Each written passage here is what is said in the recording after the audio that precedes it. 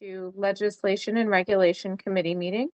My name is Jessica Crowley, Chairperson of the committee. Before we convene, I would like to remind everyone present that the board is a consumer protection agency charged with administering and enforcing pharmacy law. Where protection of the public is inconsistent with other interests sought to be promoted, the protection of the public shall be paramount. This meeting is conducted consistent with provisions of Government Code Section 11133. Participants watching the webcast will only be able to observe the meeting. Anyone interested in participating in the meeting must join the Webex meeting. Information and instructions are posted on our website. As I facilitate this meeting, I will announce when we are accepting public comment.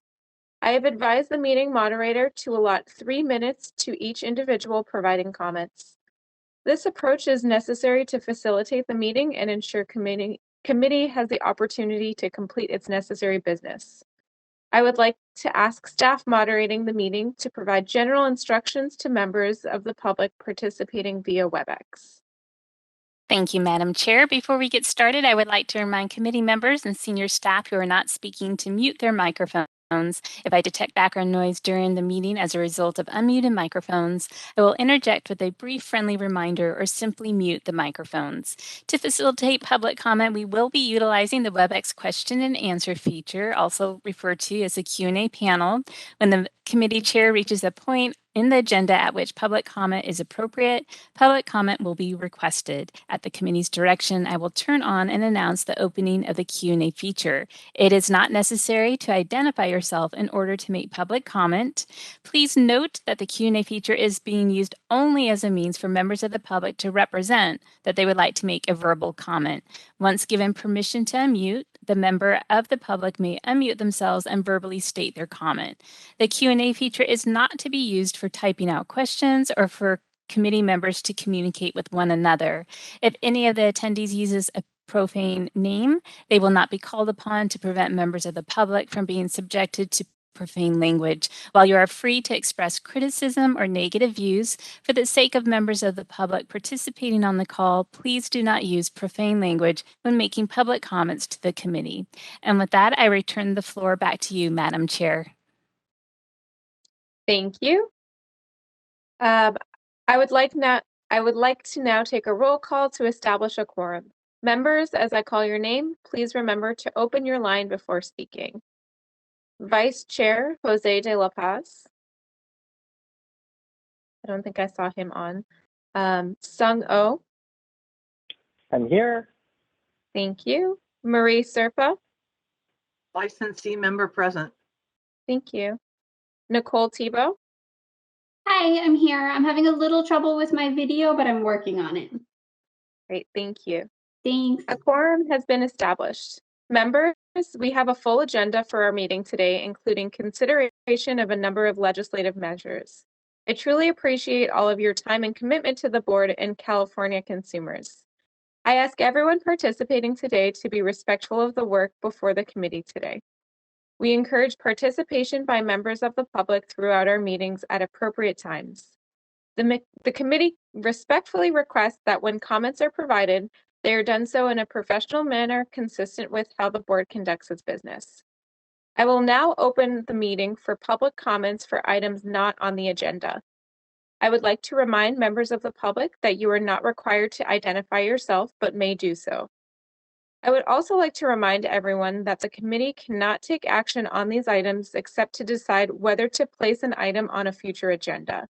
Members, following review of public comments for this agenda item, I will ask members to comment on what, if any, should be placed on future agenda. As a reminder, this agenda item is not intended to be a discussion, rather an opportunity for members of the committee and members of the public to request consideration of an item for future placement on an agenda, at which time decision may occur. Moderator, we are ready for public comment from individuals participating via Webex. Thank you, Madam Chair. I've opened up the Q&A panel. If any member of the public would like to make a comment, please type comment using the field in the lower right-hand corner of your screen and submit it to all panelists. Or you may simply raise your hand. If you've called into the meeting, you would press *3. We are displaying instructions and we'll give you a moment. And I do see a request for comment from Stephen Gray. So Stephen, you should be able to unmute yourself. You'll have 3 minutes.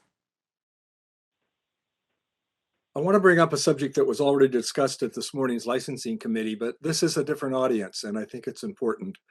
I would like to put on the future agenda the possibility of modifying or supporting a bill to modify or correct a situation with Business and Professions Code. I believe it's 4111, which is about who can own and operate a pharmacy.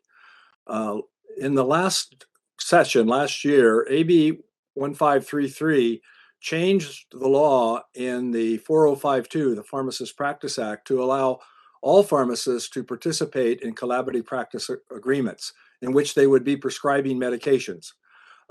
Prior to that, only 4052.2 and 4052.6 pharmacists were allowed to prescribe medications. And because of that, we put a clause in 4111 subsection E that exempted from those pharmacists from prohibiting them from owning a pharmacy. But in AB 1533, there was no addition to 4052, the new section, 4052A12 or A13, one or the other, that allows all pharmacists to prescribe medication. That needs to be corrected. Otherwise, pharmacists who are owners will not be able to participate under 4052A13 in collaborative practice agreements where they would be prescribing. I think it could easily be corrected, but it should be corrected so that there is no confusion. Thank you very much. All right, this is the moderator. I see no further requests for comment. Madam Chair, shall I close the Q&A panel? Yes, please. Okay. Members, having received public comment, I would like to survey members to determine if you would like to include any item on a future agenda.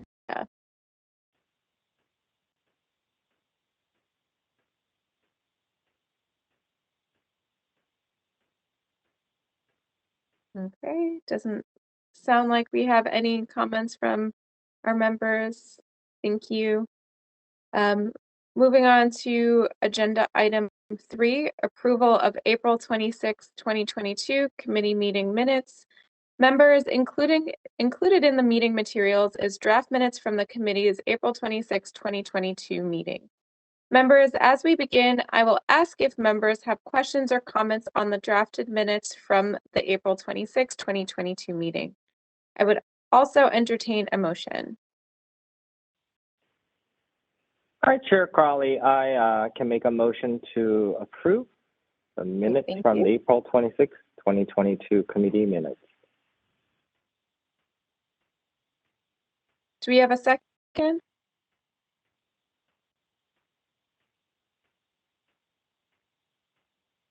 This is Maria. Thank you. With a motion and a second on the floor, I will now open the discussion for public comment on the April 26, 2022 draft minutes. Moderator, we are ready for public comment from individuals participating via Webex.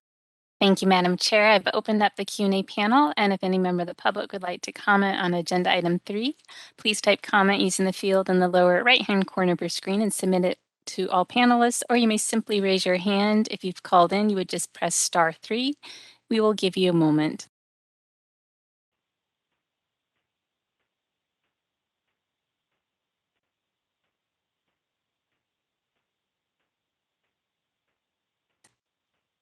All right, I see no requests for comment at this time. Shall I close the Q&A panel?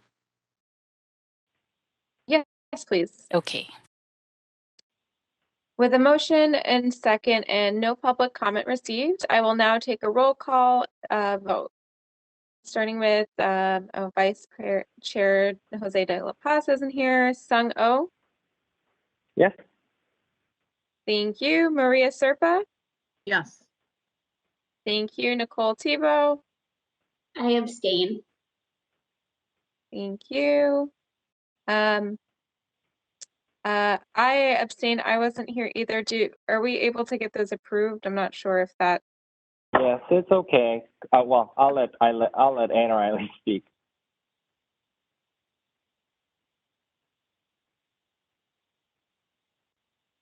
Eileen or Anne, do either of you have any feedback on that?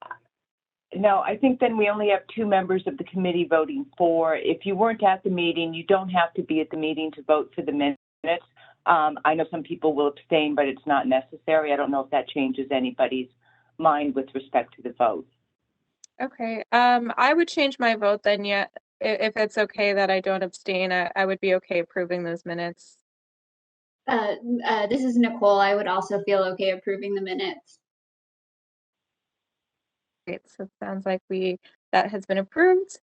So moving on to agenda item 4, discussion and consideration of pending legislation impacting the practice of pharmacy, the board's jurisdiction, or board's operations. Members, as indicated in the meeting materials, there are 18 measures for our consideration. As legislation is very dynamic, there have been changes to some measures since our last discussion. In general, I do not plan to extensively read the information contained in the meeting materials. I also note that staff have offered recommendations on several of the measures. I would welcome motions as part of your comments on each measure where appropriate. The recommendations we vote on today will be considered by the board later this month. Before we discuss items included on the agenda, I want to note that there are other measures previously considered by the committee and board that are not included today. There are a number of such measures that are not moving, and so they are not listed in the meeting materials, and we cannot discuss these measures, but wanted to ensure that members were aware of the updates and why they are not included on the list of pending legislation impacting the board. So those measures include Assembly Bill 2055, which would have transitioned the Cures operations to the board. Assembly Bill 2265, which would have required opioids to be dispensed in lockable vials. Assembly Bill 2948, which would have required the board to advise a complaint of the outcome of an investigation within 60 days of closure. Senate Bill 958, which was the Medication and Patient Safety Act of 2022 related to brown bagging and white bagging. Senate Bill 1031, which would have reduced the renewal fee for an inactive license. Senate Bill 1379, which was the board's remote processing proposal. Now let's proceed with the measures still pending moving forward that could impact the board or the practice of pharmacy. The first bill we have is Assembly Bill 852, Healthcare Practitioners Electronic Prescriptions. Members, AB 1852 was not previously considered by the committee or the board as it initially related solely to nurse practitioners. As amended, this measure would make changes to the e-prescribing requirements. As included in the meeting materials, some of the provisions included in the measure are board-sponsored. The measure would require the board to maintain a list of healthcare practitioners that are exempt from the requirements. As I understand the comments, it appears staff believe this could be facilitated through an online registry, which would not involve significant resources. I agree with the staff's recommendation to establish a support position. Members, I would appreciate your comments on AB 852, and I would also entertain a motion if you believe establishing a position would be appropriate.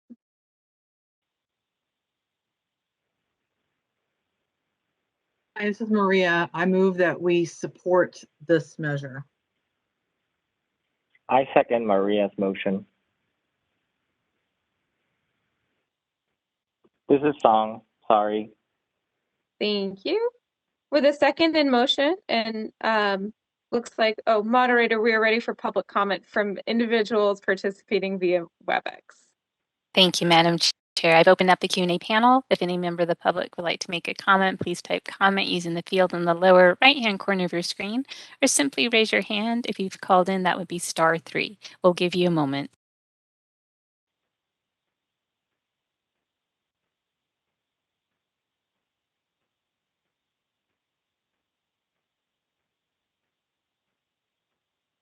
All right, I'm seeing no requests for comment. Shall I close the Q&A panel? Yes. I'm sorry. I someone sneaked in. They want to comment. So Okay, we have thank Stephen you. Gray. Yep. And Stephen, you can unmute yourself now. Thank There you you very go. much. My comment echoes something that is in the analysis of the bill on the web, and that is a concern by CRA and NACDS that the bill does not allow sufficient lead time for implementing the changes to some pharmacy systems that would have to be implemented under this. Or perhaps it is silent, perhaps it could be covered. But that is a serious concern. I have implemented several systems in the past, and these systems take time to be software to be readjusted, managed, and so forth. So I think that when the board considers this, the full board considers this, they should consider, what is the lead time to implement this. Second, it would require prescribers, including pharmacists, that are exempt because they issue less than 100 prescriptions per year, to register with the board every year. And I don't know if that's really necessary, that they have to re-register or reapply for an exemption every year. But that's also something that I would hope that the committee and the board would take a look at it. It seems a little onerous. And I do believe that setting up a registration process is more than just posting it on the website. And that should be discussed more. What does the registration process for physicians, dentists, nurse practitioners, and others that want to be exempted from these electronic prescriptions, what does that entail? Thank you. All right, and that really does end requests for public comments. So shall I close the Q&A panel? Trisha, I think there's one more that's just queued up behind, sneaked in there. Oh, yes. I have so little real estate on my screen. John Gray, you should be able to unmute yourself. Thank you. Oh. Yes, thank you so much. I just want to, this is John Gray. I'm a registered pharmacist with Kaiser Permanente.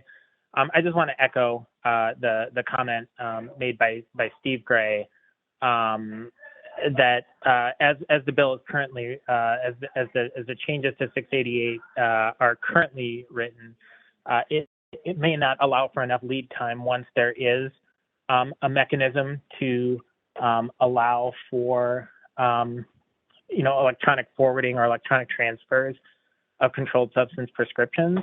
One way that that could possibly resolve this concern would be to further modify the proposed text of 688 G1B so that it said something to the effect of the action is not supported by the version of the National Council for Prescription Drug Program script standard as specified in Part 423 of Title 42 of the Code of Federal Regulations, as amended from time to time. What that would do is then tie it to the current script standard that's been established in federal rulemaking, which then is generally often the trigger for pharmacies and other healthcare providers to update their electronic systems. Thank you very much for the opportunity to provide comment.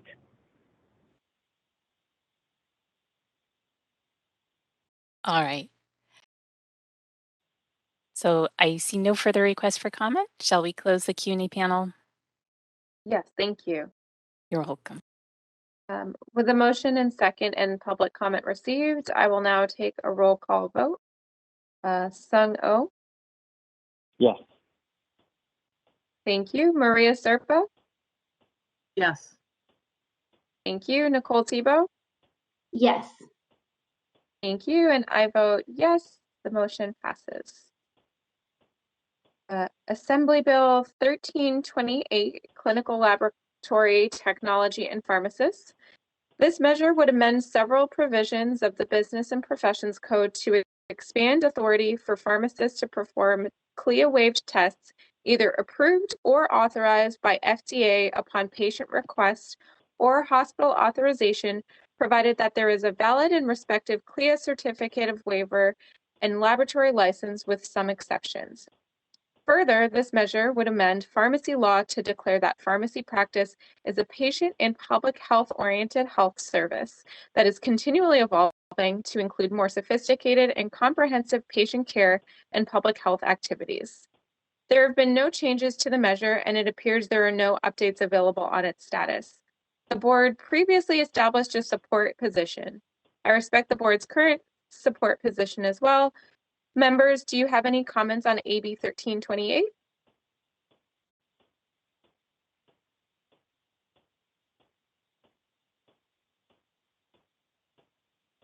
Okay, hearing no comments, moderator, we are ready for public comment from individuals participating via Webex. Thank you, Madam Chair. I've opened up the Q&A panel and we are displaying instructions and we'll give folks a moment.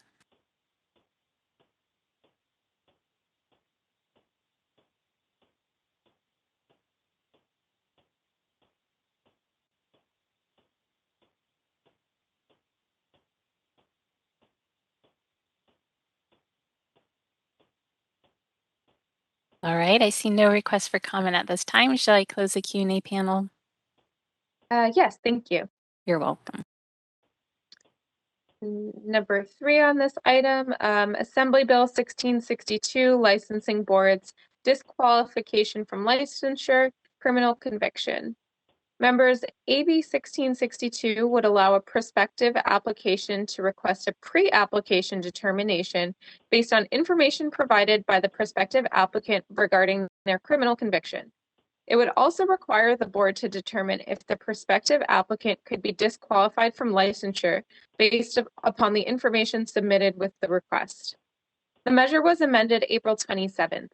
The amendments established authority for the board to assess a fee of not more than $50 to perform the workload required. Further, as part of its determination, the board is required to provide a summary of the criteria used by the board, the process for an application to request a copy of their conviction history, notification of their right to appeal the board's decision. The board initially sought a support if amended position, as the policy goal of the measure appeared to align with the board's policy in this area. Board staff have indicated that the board will need to promulgate regulations should this measure be enacted. The measure is scheduled to be heard in Senate Appropriations on August 1st, 2022. I agree with staff's recommendation to maintain and support, if amended, position and request that the author's office consider the board's prior amendments, including that the outcome of pre-application determination is a point in time outcome. Members, do you have any comments on AB 1662?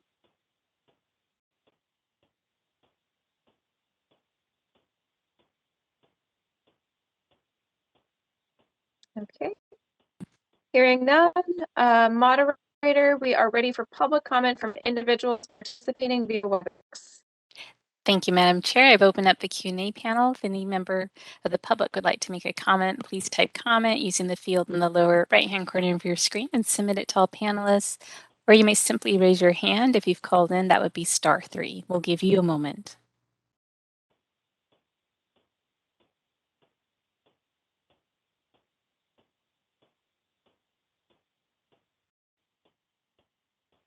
All right, I see no request for comment at this time. Shall I close the Q&A panel? Yes, please. Okay. So moving on to Assembly Bill 1733. Members, AB 1733 would expand authority of the board to convene meetings held entirely by teleconference under specified conditions which are detailed in the report.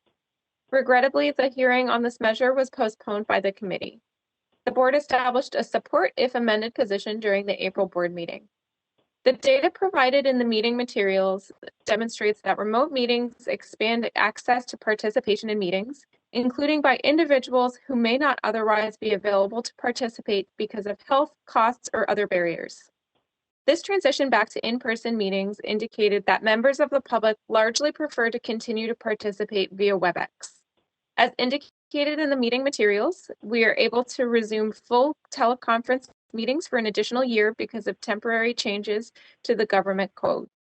As these changes are temporary, I believe it is appropriate to continue to support efforts to make these changes permanent. I would suggest that the board consider having a discussion at a later meeting on how to return to awarding continuing education credits to individuals participating remotely. Members, as part of your comments, I would appreciate your thoughts. Hi, I'm sorry to interrupt everyone. Just to share. I believe Jose is in the meeting now, so if you could just promote. You. Yep, our Vice Chair, Jose. Thank you, President. I am in the meeting. Apologies, I had technical issues and had to go get a different computer. Great. Jose, it happens to all of us. Even the master of technology happens to them. So it happens to all of us. Thank you. Jose, we were just discussing Assembly Bill 1733 regarding permanent teleconference visits for board meetings. I was just saying that I would like to hear some member thoughts in terms of discussing continuing education credits for pharmacists participating via Webex, just moving forward, what that would look like. Yeah, I was able to capture your comments. So yeah, let's continue. I don't want to disrupt. Great. Yeah, so any feedback is appreciated. Thank you.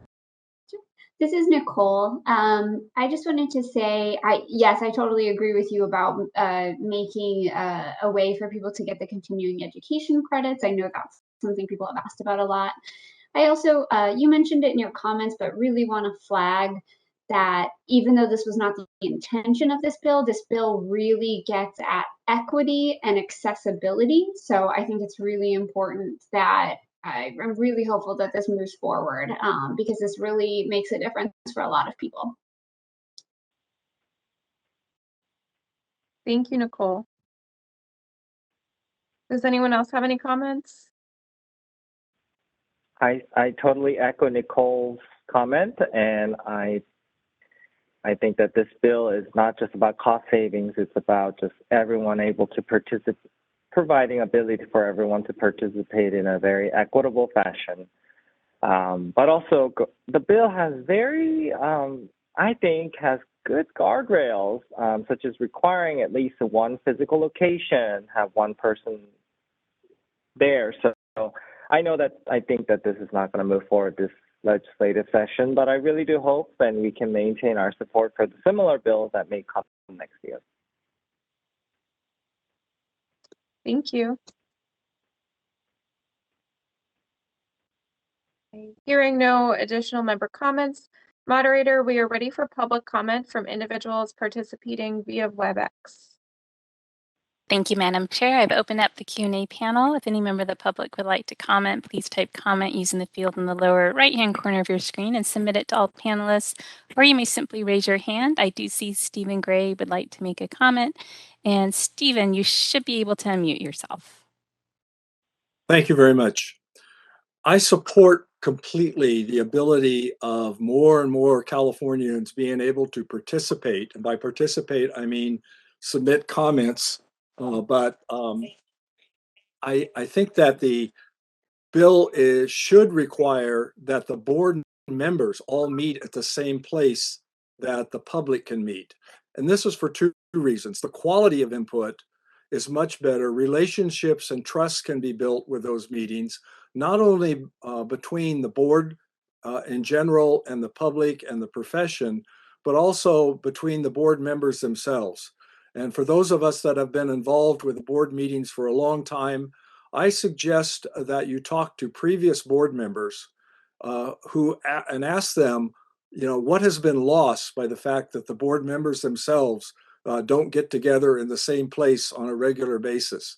The cost saving estimated at $35,000 is wholly not sufficient to justify the lack of quality and input and the lack of relationship building that is so vital to having decisions that are well thought through, anticipated possible adverse consequences, etc. So I recommend that the board withhold its position of support until it has those opportunities for more input and discussion.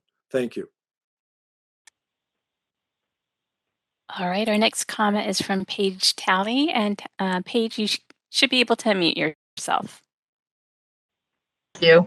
Paige Talley with the California Council for the Advancement of Pharmacy.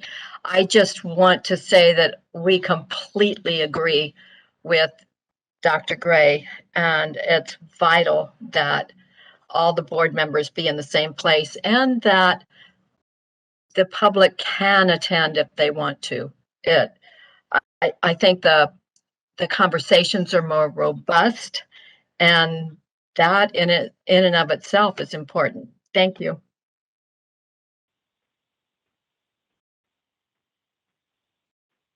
All right. And I see no further requests for comment. Shall I close the Q&A panel? Yes, please. Thank you. Okay, you're welcome. Great. So moving on to Assembly Bill 2194, Pharmacists and Technicians Continuing Education on Cultural Competency. Members, AB 2194 would require that at least one of the 30 hours required of continuing education for pharmacists include participation in a cultural competency course as defined. The bill would also prohibit the board from renewing a pharmacist or pharmacy technician license unless the applicant submits proof to the board of completion of at least 1 hour of participation in a cultural competency course. The intent of the bill is to help ensure that pharmacies, through the pharmacists and pharmacy technicians, are providing culturally competent care to members of the LGBTQ+ community. The bill is co-sponsored by the California Pharmacists Association and Equality California. At the April meeting, the board established a support if amended position, requesting a delayed implementation to allow licensees time to complete the required coursework and also to confirm that an audit-based approach for compliance would be consistent with the provisions.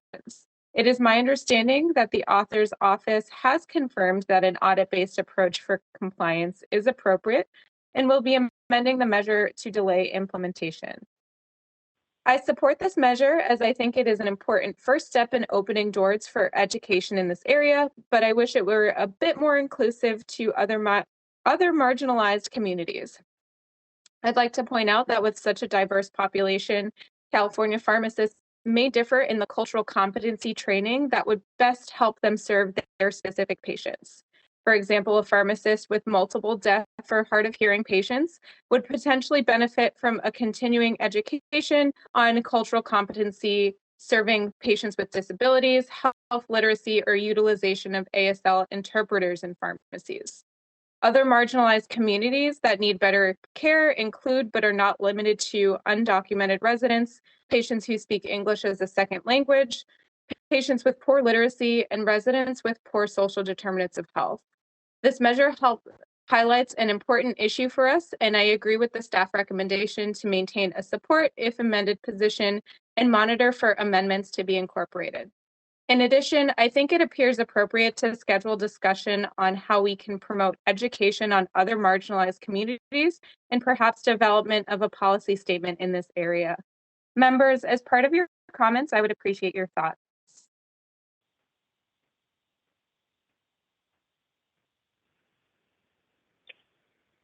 Just want to add that I agree with you, Chair Crowley, on more additional marginalized group would be probably helpful, not just one group.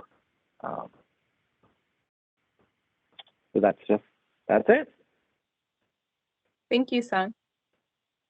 This is Nicole. I just wanted to say I totally agree. And beyond just looking at the various groups, let's look at intersectionality.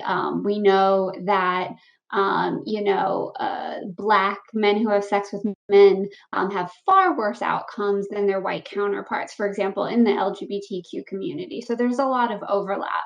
I love that this specifically calls out the LGBTQ+ community because I've seen a lot of mistreatment, but I would love to see it expanded as well. Thank you, Nicole. I appreciate that too. And I really, I did like that this bill specifically addresses intersectionality, which is such a complex issue in and of itself. Of course, there's intersectionality of race, but also disability status as well. So you could potentially have someone, for example, who is a Black person with disabilities who may not be recognized in the LGBTQ+ community, but there are definitely some gaps in pharmacy education that I think need to be addressed. And I think this bill does a really good job at trying to address some of those.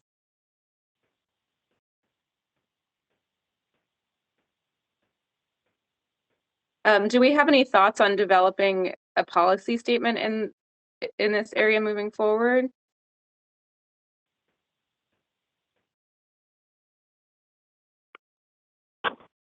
I would be supportive, maybe from Communication and Public Ed Committee, but wherever it may be, I think that that would be a great idea to have a policy statement for our board. Thank you. I think you're probably right. I think that may be something good for the Communications Committee. And did you have any thoughts on that either? Yeah, I think that as part of the meeting minutes, we could indicate that as a potential future agenda item for Communication and Public Ed would be to review and see if development of a policy statement, we could handle it that way. Typically, at the October Enforcement Committee meeting, they also discuss implementation of recently enacted legislation. So you may want to wait until after that time to refer. If the measure doesn't pass, you may want to take the policy statement in one area, whereas if it does, then maybe in a different area, building upon 2194 instead of more inclusive, depending on if the measure does not pass. Perfect. Thank you. Okay, moderator, we are ready for public comment from individuals participating via Webex. Thank you, Madam Chair. I've opened up the Q&A panel. We also are displaying instructions, and we'll give folks a moment. I do see we have Jazzy Gruwal asking to comment. So Jazzy, you should be able to unmute yourself. And you're Sorry, Jassy Grable with UFCW Western States Council. I just want to support the comments of Board Member Crowley and Board Member Thibault on that this is a good first step in talking about cultural competency, but there's other issue areas of marginalized communities that are definitely worth exploring further. And then the intersectionality is very important too. And pharmacists really know their patients best and the type of patients that they have and the type of care that is needed. And so making sure we're capturing all different types of marginalized communities and the intersection between them, but a really good first step and hoping to be able to expand on this further.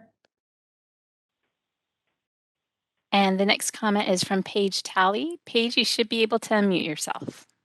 Thank you. Paige Talley, I'm representing myself this time. And as the mother of an African-American son, I completely agree with Chairman or Chairperson Crowley and Committee Member Thibodeau, and also with Jazzy. I think it definitely needs to be expanded. And on another side, my board has not taken a position yet on this bill because it was so directed toward in one way. And I just think it's so important to open it up to everyone. Thank you. All right, I don't see further requests for comment. Shall I close the Q&A panel? Yes, please. Okay. So moving on to the next agenda item, Senate Bill 731. Oh, not agenda item, sorry. Senate Bill 731, Criminal Records Relief. Members, this measure was recently amended. As amended, the measure would expand automatic relief to include arrests for felonies punishable by state prison. Further, this measure would expand automatic conviction relief to certain felonies under specified conditions. I note that serious and violent felonies and felonies requiring sex registration are excluded. The board previously established an oppose unless amended position.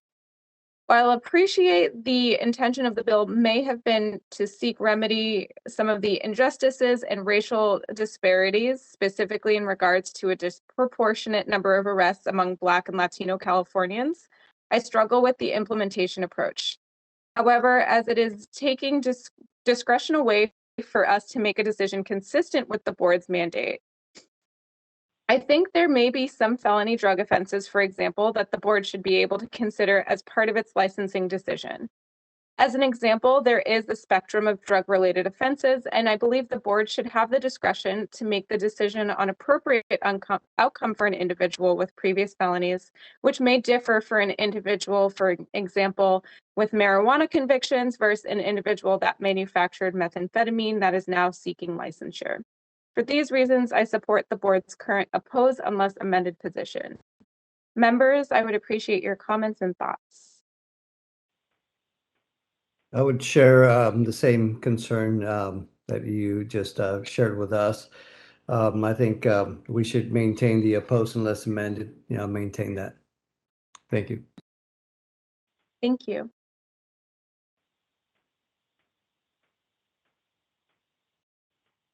Any other member thoughts?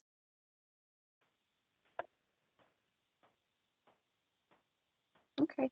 Moderator, we are ready for public comment from individuals participating via Webex. Thank you, Madam Chair. I've opened up the Q&A panel, and as always, people can also simply raise their hand. We will give them a moment.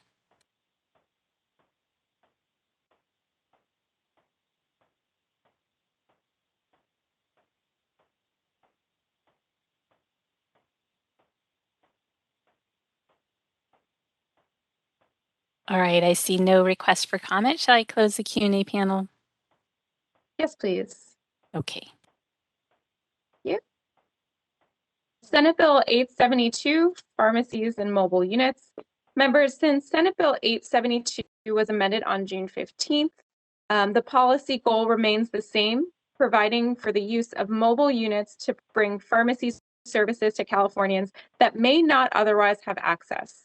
The approach offered is now different. Rather than requiring licensure, the approach now is to allow for the use of a mobile unit as an extension of the pharmacy. The provisions continue to be limited to a city or county to operate a mobile unit and to provide prescription medications within its jurisdiction to individuals without a fixed address, individuals living in county-owned or city and county-owned housing facilities, and individuals enrolled in Medi-Cal plans operated by the local jurisdiction or health department. With the amendments, I believe the board's previous issues surrounding the operational requirements are addressed as all relevant provisions of pharmacy law would be required. I do think, should the measure be enacted, it would be helpful for the board to issue some FAQs or other education materials detailing out how some of the provisions of pharmacy law are applicable to the use of the mobile unit. I believe discussion on implementation of legislation usually occurs under the Enforcement Committee, and I would like to request that the Enforcement Committee consider development of educational materials in its discussion later this fall if the measure is enacted. I support the measure and its capacity to expand access to communities.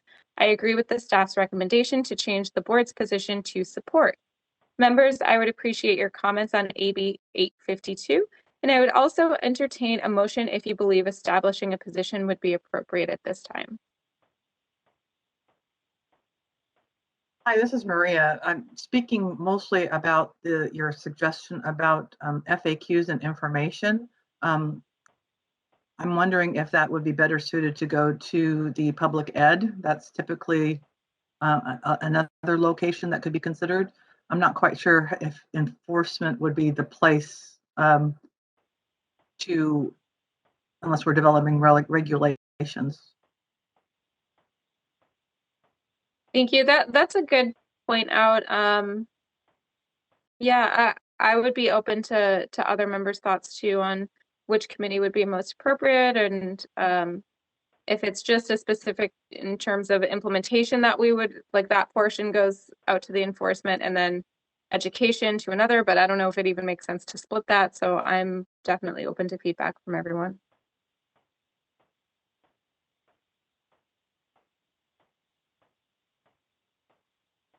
This is Nicole. I just wanted to say, though I appreciate this measure and what it's trying to do, I do think it maybe doesn't go quite far enough. I know there's a lot of groups that work with the homeless, like federally qualified health centers and things like that, who are not necessarily a local jurisdiction or health department, but would really excel at providing these sort of services.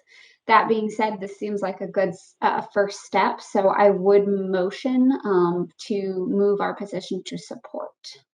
I would second that. Great, thank you. So we have a motion and a second.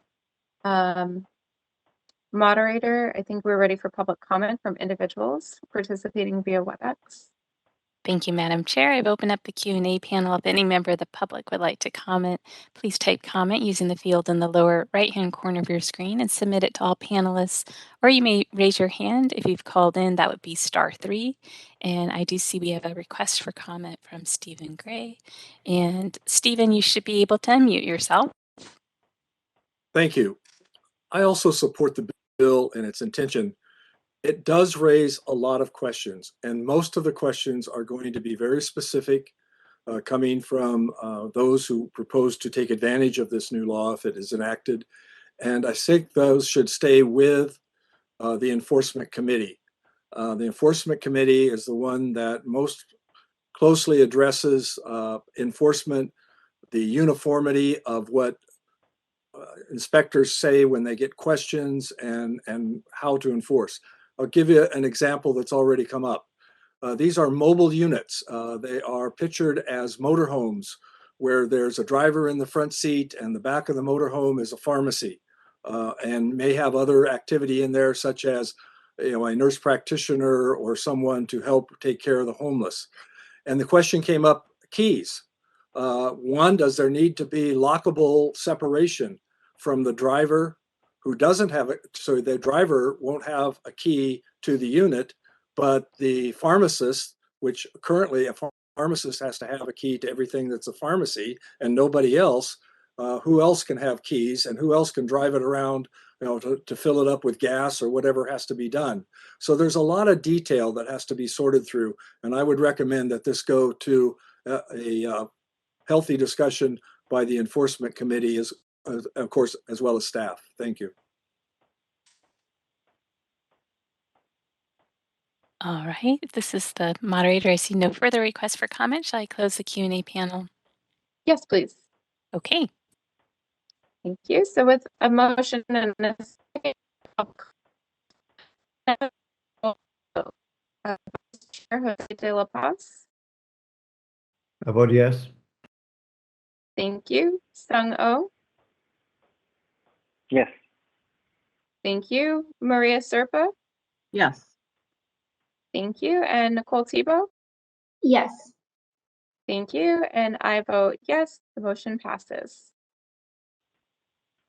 Senate Bill 988. Members, Senate Bill 988 was also amended since the board's last discussion. As you discussed during the committee last meeting, last year Senate Bill 988 established provisions for a terminally ill patient within a hospital to access their medical cannabis. Late amendments to the measure created conflicts with several provisions of state and federal law.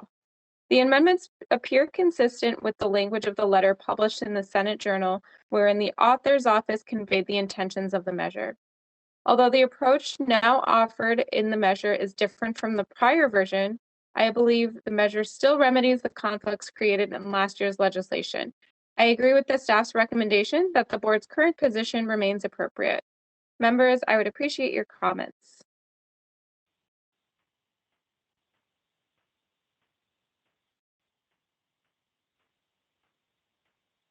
Our previous position was support, is that correct?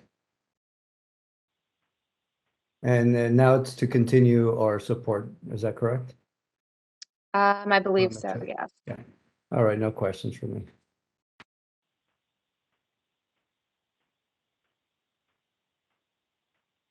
Okay. Hearing no further member comments, moderator, we are ready for public comment from individuals participating via Webex. Thank you, Madam Chair. I've opened up the Q&A panel. If any member of the public would like to comment, please type comment using the field in the lower right-hand corner of your screen and submit it to all panelists, or you may simply raise your hand. We are displaying instructions and we'll give you a moment.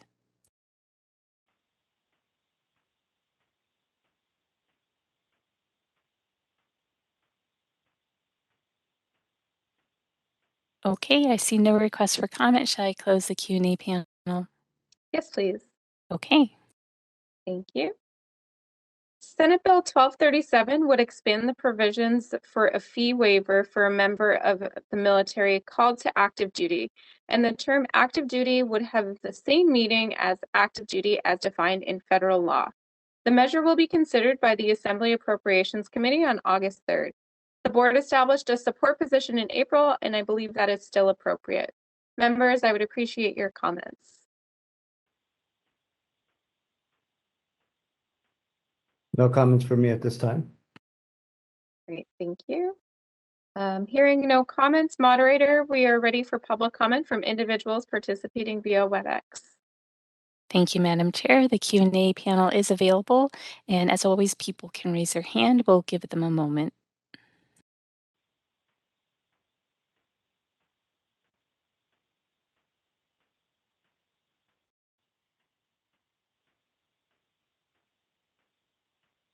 All right, I see no request for comment. Shall I close the Q&A panel? Yes, thank you. You're welcome. Moving on, members, Senate Bill 1259 has not previously been considered by the board as it is originally related to retail installment contracts. However, as amended, this measure would expand authority for pharmacists and allow pharmacists to furnish any opioid antagonist approved by the FDA under specified conditions. If enacted, the board will need to promulgate regulations in coordination with other specified agencies, including the Medical Board, California Society of Addiction Medicine, and the California Pharmacists Association. Given the board's long history of supporting access to life-saving medications, including naloxone, I agree with the staff recommendation to establish a support position. Members, I would appreciate your comments on SB 1259, and I would also entertain a motion if you believe establishing a position would be appropriate.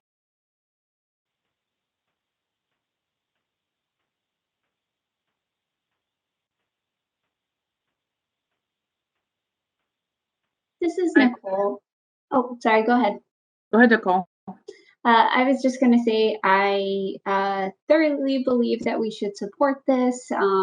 Obviously, overdose and addiction have been huge issues all across the country in any way that we can help. So I am going to motion that we take a support position. Thank you. Hi, this is Maria. I second. Thank you. So we have a motion and a second. Moderator, we are ready for public comments from individuals participating via Webex.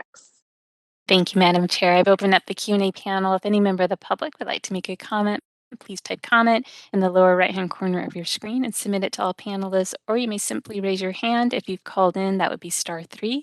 And I do see that Jassy Gruwal has asked to make a comment.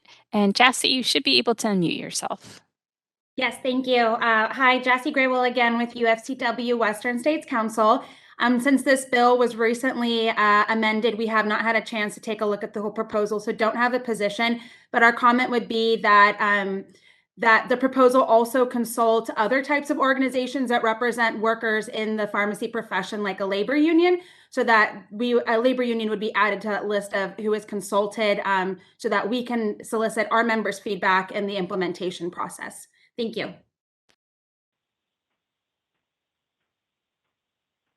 All right, and this is the moderator. I see no further requests for comment. Shall I close the Q&A panel? Yes, please. Okay.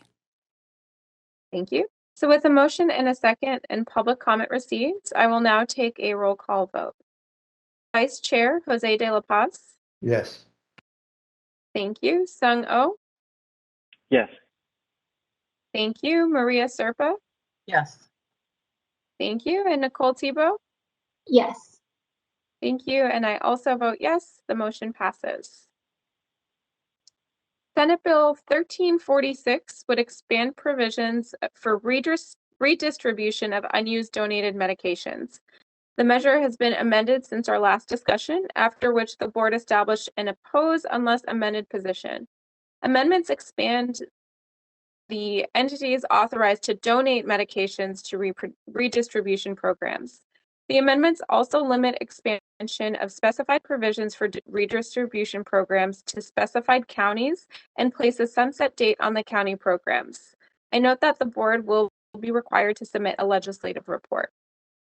I share all of the patient safety concerns previously raised by the board, as well as the broad civil and criminal immunity provisions. I agree that the staff's recommendation to maintain an oppose unless amended position as the board's requested amendments are not yet incorporated into the measure.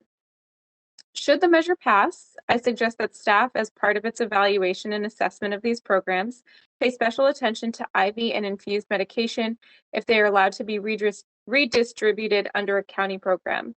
I would suggest that if measures is passed, that the board receive annual updates on the program and any issues that arise. Members, I would appreciate your comments on AB 852. I would also entertain a motion if you believe establishing a position would be appropriate.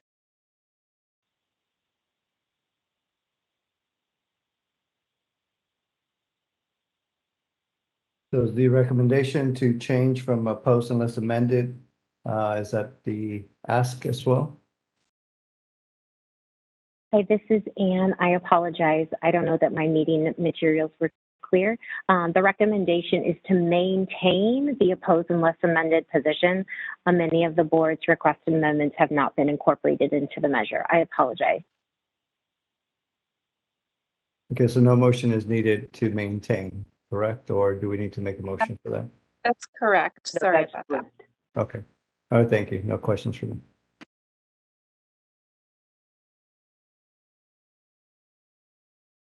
Great. Hearing no member comments, moderator, we are ready for public comment from individuals participating via Webex. Thank you, Madam Chair. I've opened up the Q&A panel.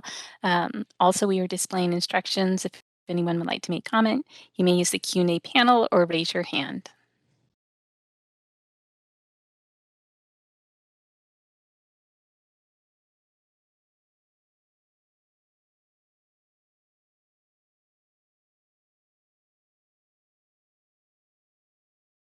All right, I see no requests for comment. Shall I close the Q&A panel? Yes, please.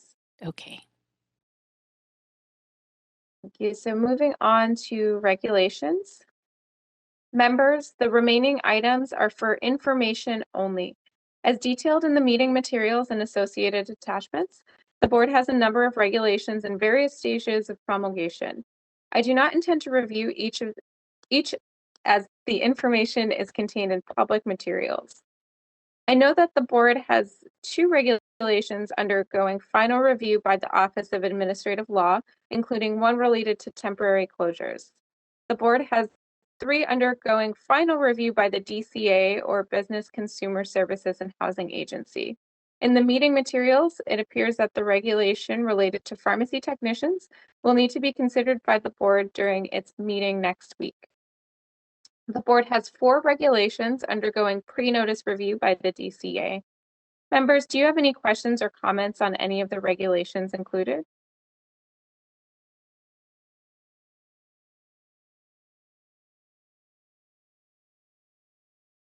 Thank you. Hearing none, moderator, we are ready for public comment from individuals participating via Webex on the regulations portion of the report. Thank you, Madam Chair. I've opened up the Q&A panel. If any member of the public would like to make a comment, please type comment using the field in the lower right-hand corner of your screen and submit it to all panelists. Or you may simply raise your hand. If you've called into the meeting, you would just dial *3. We'll give you a moment.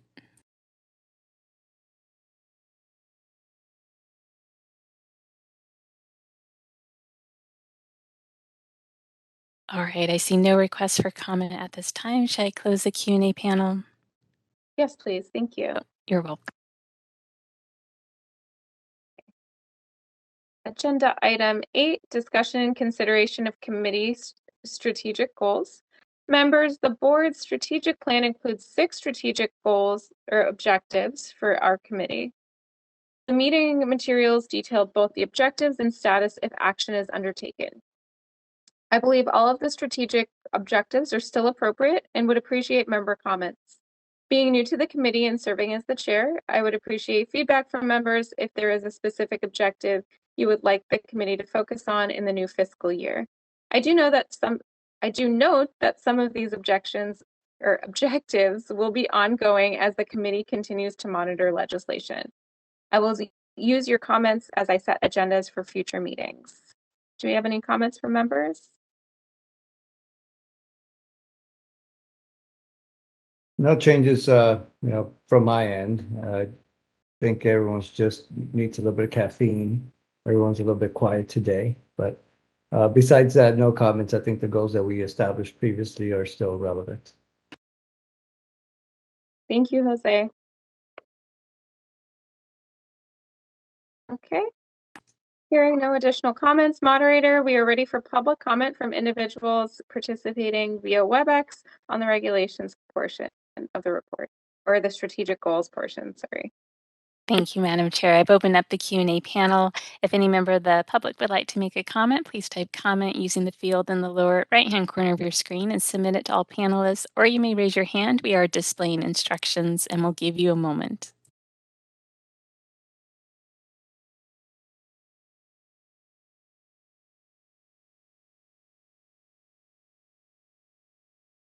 All right, I see no requests for comment at this time. Shall I close the Q&A panel?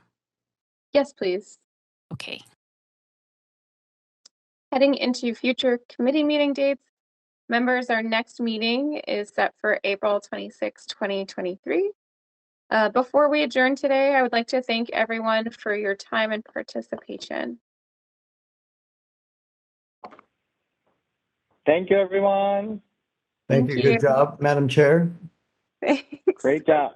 Thank you. Thank you. Good job. Thank you, our new chair. Thank you. Yes. You're welcome. Thank you, everyone, for your help and patience. Take care. Bye.